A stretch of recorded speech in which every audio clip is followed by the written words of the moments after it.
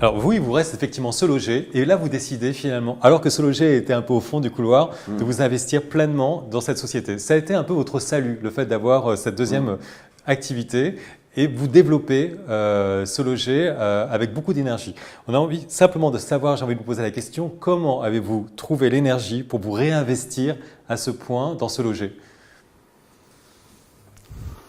Pour être honnête, moi, à titre personnel, j'ai eu un gros trou d'air après tout ce qu'on vient de se raconter.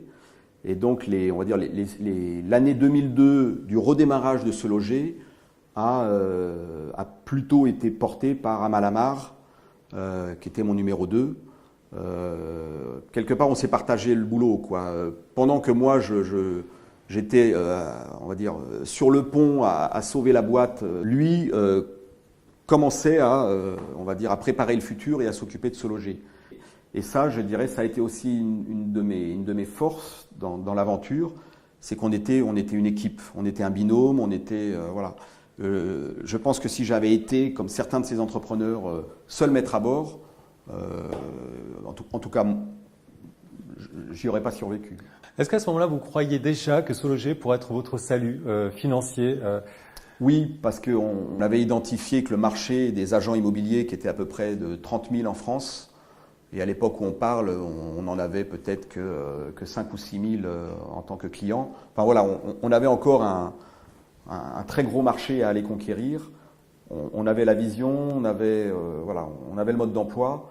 Et c'est finalement ce qui s'est déroulé entre 2002 et 2010. L'aventure Se Loger, on va dire, a eu une croissance organique liée à l'usage, à la progression de l'usage de l'Internet en France. Parce que les régions se sont câblées les unes après les autres. Il y avait un effet structurel qui montrait que ça marchait. Il y avait un effet vertueux dans le produit qui faisait que ça marchait, quoi.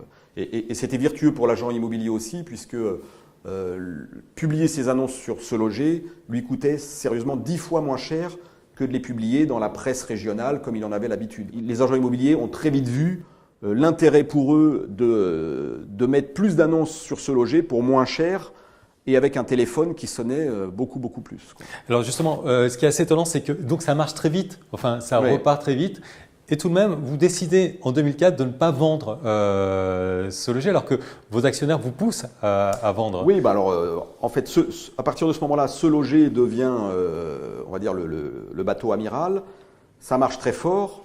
En plus, toute cette crise, comme on l'a dit, il n'y a plus aucun concurrent, c'est-à-dire que 1, 2, 3 IMO n'existe plus. Imo Street, on le rachète en fin 2002. Donc il n'y a plus personne. Comme média internet immobilier, il n'y a plus que Se Loger. Et donc là, franchement, ça a été une autoroute.